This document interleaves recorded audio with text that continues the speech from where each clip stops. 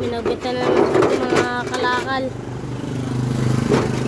Yan, yan mga yero, bakal, yan, plastic. Tinitimbang na nga pala mga katimbang. Ito nga si tatay yan nagbenta.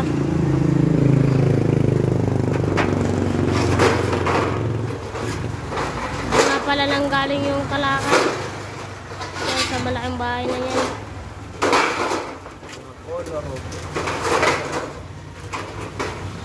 Yan.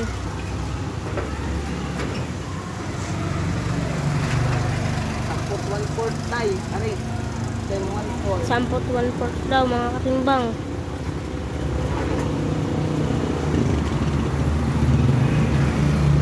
At ikinarga na nga pala.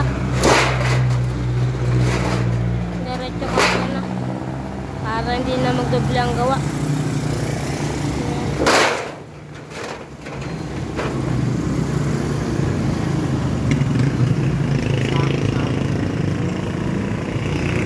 Yan, plastic naman mga katimbang. Yan, tatali na para wag mataktak.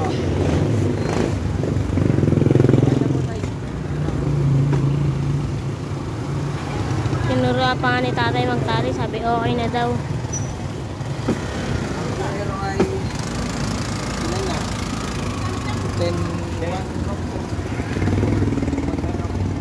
50. 51 tay yung yero 51. Ano naman bakal naman? Pag ari pinagbili na rin.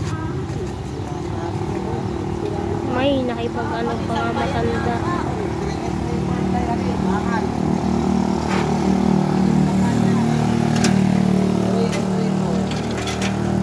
3 and 3/4 daw. Bakal naman ulit. 5 kilo. 8. Yan yung mga piyesa ng motor, yung mga sprocket. 1/4. Plastic. Pati magbibili mo, ari pa yata rin ito. Alam ko pati mo. Aba, upo siya. Baak na. Baak na. Uupo ako doon. Sige pa, sige. Liit na nga ng bahay. Wala na kami upuan. Diretso.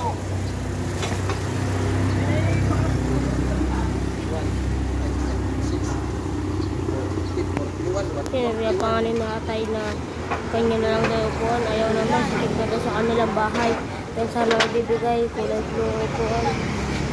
Kulang lang siyam na rin.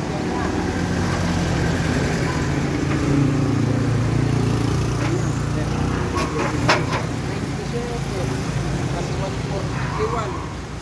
168. Atay. Hindi mo pintan.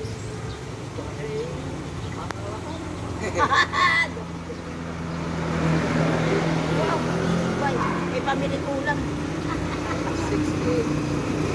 168. Awan na tayo ito. Ito tayo sa akin. Ito naman tayo mga basura na ito. Sinalungkat pa nga yung basura.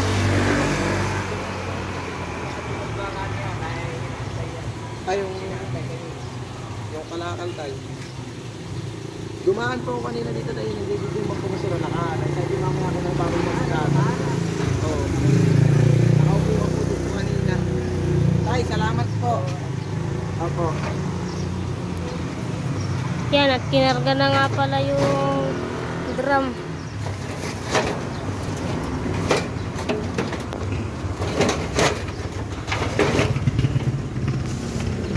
Plastic, mga katimbang. Yan, isinilid.